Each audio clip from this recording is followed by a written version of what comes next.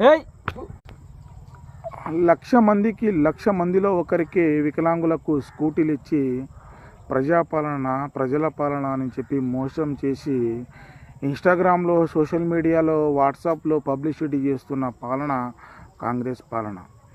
ఒక ఆడబిడ్డకు అంటే ఒక బంజారా, ఒక ఎస్టీ, షెడ్యూల్ ఆఫ్ ట్రైబ్ ఒక అమ్మాయికి స్కూటీ ఇచ్చి బీఆర్ఎస్ పాలనలో నువ్వు అప్లై చేసుకున్నావా అమ్మ అంటే, లేదు నాకు బీఆర్ఎస్ పార్టీలో రాలేదు, కాంగ్రెస్ పార్టీలోనే నాకు స్కూటీ వచ్చింది అని చెప్పే విధంగా స్క్రిప్ట్ వైజ్గా రాపిచ్చి చెప్పించడం జరిగింది. కాంగ్రెస్ ఒక స్కీమ్. మీరు పెట్టిన స్కీమ్లు అమలు చేయరు కానీ మీ స్కాములో మాత్రం స్కీమ్లు పెడతారు. అది మీకే సాధ్యం.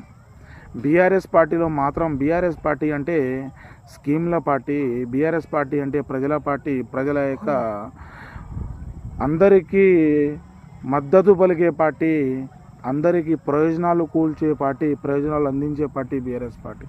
అదేవిధంగా ప్రజలకు మభ్యపెట్టి మన పాలనలకు ఎక్కిన కాంగ్రెస్ పార్టీ ఒక ఎత్తైతే, అదేవిధంగా మొన్న కేరళలో కూడా అదే పనికిరాని హామీలు ఇచ్చి మీరు గద్దెనెక్కడం జరిగింది.